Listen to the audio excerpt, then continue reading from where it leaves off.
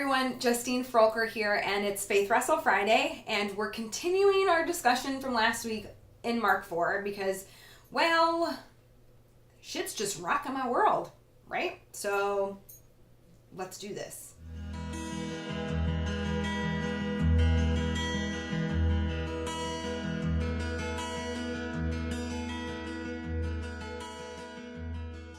All right, so last week we talked about the seed, right? And it being choked out.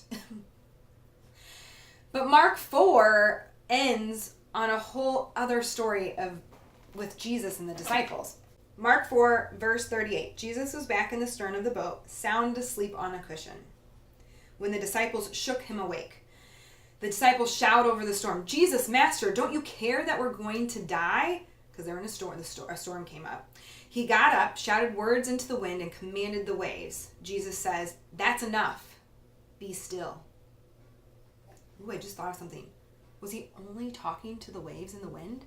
Or was he also talking to the disciples? And immediately the wind died down to nothing. The waves stopped.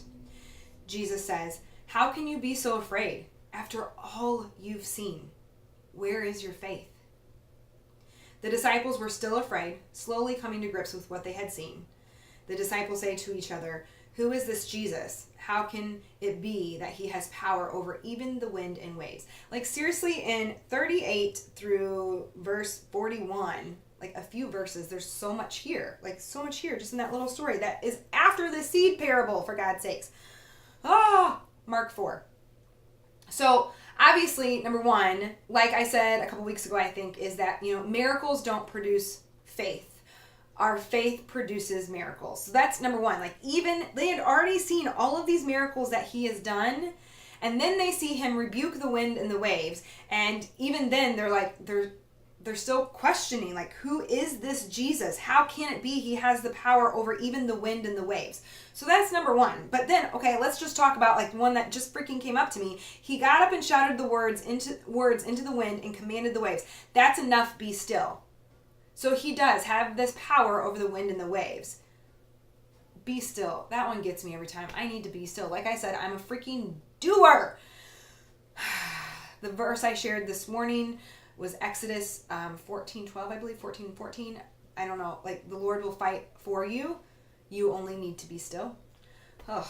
The other side of this teaching that I, again, got more understanding from The Forgotten Way by Ted Decker is that, okay, yes, Jesus has command over the wind and the waves and says, "Be still." And then, and then he even says, like, "Why are you so afraid? After all you've seen, have you no faith? Where's your faith?" He asks his disciples, like, "I have shown you all of these miracles and you still don't have faith."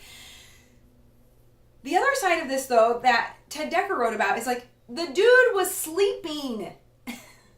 Like, Jesus was asleep in the stern of the boat on a cushion, my translation says, the Voice translation says. Like, it's storming. The waves are coming over the boat. His disciples, his friends are scared to death for their lives.